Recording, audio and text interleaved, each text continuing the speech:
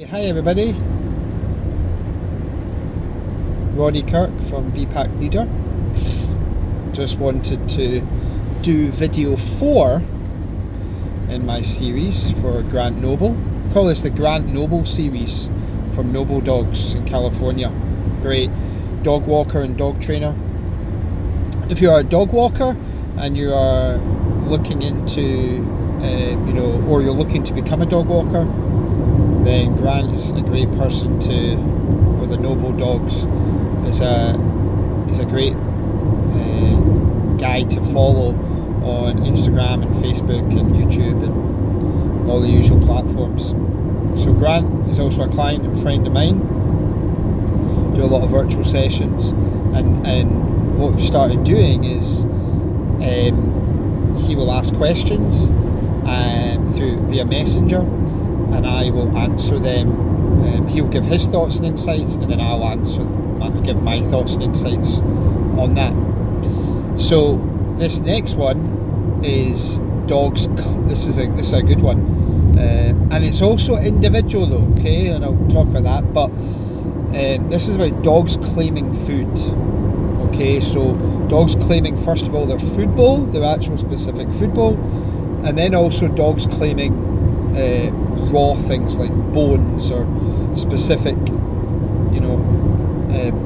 I guess always bones or dead animals, pig's ears, whatever that or a jambone or whatever that you give the dog. So and they're both slightly different because one is more primal than the other. Okay, so I've already spoken previous to Grant about how to claim food. And have the dog not be food. If the dog is already food aggressive. This isn't bringing up a puppy that doesn't really have any issues. This is a dog that's already displaying, claiming, resource guarding, whatever fancy title you want to give. They're claiming stuff, and they claim their own food. And then, of course, with that, if they're claiming their own food, they're definitely going to be claiming bones and other things that you give them. And of course, if you leave that can certainly fester to the dog claiming other things like remote controls or socks or just random, bits of tissue or whatever. Dog starts claiming those items as well, or can. So, a lot of time, what is taught is the out command. And out command's great, and you'll see lots of great trainers teaching that, and I teach that myself as well. But the out command doesn't necessarily get rid of the issue. In a way, it's partly management of the issue. So if you can look up in other videos about the out command, which is basically you saying to the dog out, and they move away from the object. Okay, they move out away from the object, and you effectively claim it. But that doesn't, and that's good, because you're able to, just out, and the dog moves away, and the potential concern can be over, or avoided. But that doesn't necessarily make the dog not think, I won't claim food in the first place. Okay, so what I find with people that ask me this question, well, right, Roddy, my dog knows the out command, but my child is then, and yes, there should be managed control over children and the dogs and stuff, but, my child walks past the dog, just real life stuff, and the child doesn't give the dog the out command, and the dog now snaps at the child, or the child walks by and falls on top of the dog, or something. Real things happen. I know I've got 5 young children. Real things can happen. So my point is that it's not just good enough to teach an out command. There needs to be more, and I'm not suggesting that other trainers that is all they teach, but I'm just emphasizing. A lot of people will think, right, I've taught the out command, that's it, the issue will go away, and that's not true. You actually have to have the dog learn to be comfortable with the human, and dogs being in each other's intimate space when they're eating is different, but with the human owner, etc., being able to walk by, pick up the bowl, and I'm not saying they should be able to hug them and kiss them and sing Kumbaya, that's just stupid, but we might have wants to do that, but the dog, doesn't need that, and the dog doesn't want that, so we have to be respectful of that. But you should be able to, walk by the dog or pick up a bowl or, do whatever you want that way. That should absolutely be acceptable. For anyone who doesn't think that really is only managing issues, to be honest. And I personally wouldn't want a dog like that. I wouldn't allow that. So the out command, yes, teaches the dog, I come, I give you that command, move away, thank you. And in fact, there'll even be times that the person goes near, and you've created so much of, classical conditioning that just you walking towards the dog, or in that area, the dog leaves the food and moves away, so there's no confrontation. Good.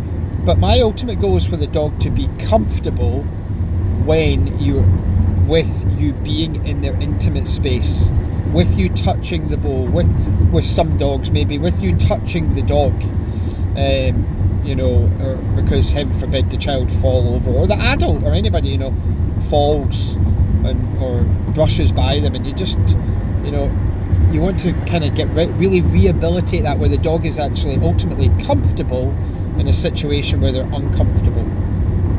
So just saying, I'll put the dog in the other room, or just feed the dog by themselves, that's not sorting the issue, guys. That's just managing it. We're talking about actually rehabilitating here, and anybody that tells you otherwise you shouldn't be giving them money to train your dog, because they're not training your dog. So I taught Grant how to do that, and he's having huge success with that, which is actually more about hand feeding and you having the bowl, and less about, you get punished when you growl and get lost, and listen, there's a time and a place for all of that. But a lot of times actually we could just take some time and we have the bowl. There's even little techniques like make sure the bowl's maybe on a step. A lot of times when the dog goes over a bowl, or a bone or a bit of food, when they're over it, that's when you're more likely to get possessiveness. Sometimes even just switching it where the dog now is leaning forward to eat, that can completely change the mindset of the dog, believe it or not. But the best is the dog learning to be comfortable with you. So, and every dog, like I said at the beginning, every dog is different, and I'm not suggesting you do this with every dog, because every dog is on a different level of what their issue is at that time, and that's why you should consult someone like myself to be able to sort that for you. You need to read, every dog has their individual recipe, right? So you need to know this one, I need to add a wee bit of salt here, no, I need to add a wee bit of sugar here, and knowing the right recipe for the dog. So the key thing is spending time and having the bowl here, holding the bowl, for example, letting the dog start to eat out of the bowl. Dogs get maybe too fast and eating too fast. It's like you get these bowls that are all different shapes, so the slow feeders, so they take the dog time to eat, and over time it can really, I guess, condition the dog to slow down. But you're actually much quicker if you just spend the time with the dog, and you have the bowl, and every time the dog gets too fast and eating too fast, you just lift the bowl vertically straight up, almost forward at the dog, to be honest, so the dog has to move up and move away, and you're just slowing the process. But that also can have a dog learn to be comfortable with eating with you around them. So the next stage, Grant was saying, and the client is now working on that, because the client was able to get an out command and stuff, but just still the human then going by them or something, and the dog wasn't now snapping, but you could just sense everything was uncomfortable, and so that's the next step to get over that. I just spend more time in the intimate space with the dog, but still controlling the feeding. So how does that then relate to when we move to raw food or raw bones? Okay, because that can be different. Some dogs it's not, they're like, it's the same meaning and they're fine and they're not that too primal. I wouldn't relate that necessarily to raw meat when the dog gets a raw fed diet. This whole, it makes them more primal and it makes them, more aggressive and things. That's absolutely false, absolute nonsense. The dogs just love the food more and it's much better for them, okay? But having like a raw bone and you're giving them that bone, or a pig's ear or jump bone or whatever it is, that can have that's when you can really see a primal side. So it'll be the key thing for that for me is, yes, you can teach them, like anytime you go near it, boom, e-collar's the best for that.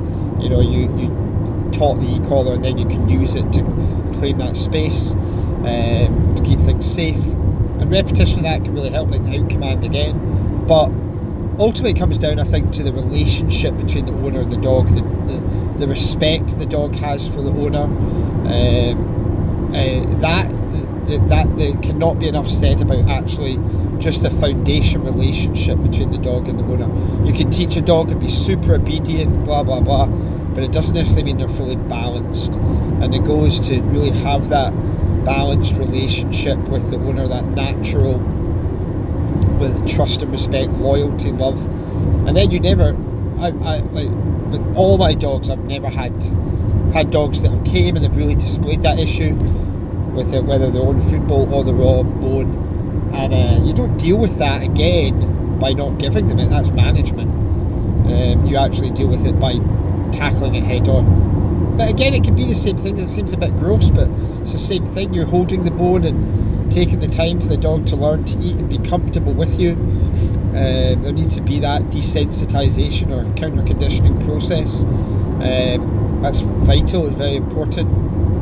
And then just once the dog understands and is comfortable with eating with you, and you're comfortable being in that space, then when you move away from that space and then come back into it, you can then get the challenge going, oh, you left, it's now mine. And that's where we then have to reinforce, no, I still can come back whenever I want.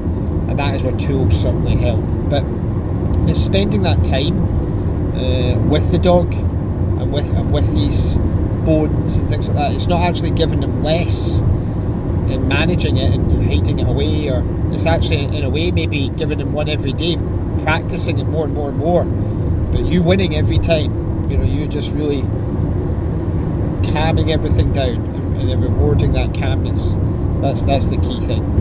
So hopefully that helps. But it's the ultimate respect the dog has for the owner, because you also have a dog that will maybe have a bone and it will growl at one member of the family, but then the mum or the dad or whoever it respects more comes in and if it doesn't growl at them, lets them do whatever. So it comes down to that foundation. The dog might know certain commands, but what's ultimately more important than anything is the respect and the trust that dog has with that individual. And that's just taken with time and with leadership. Hope that helps.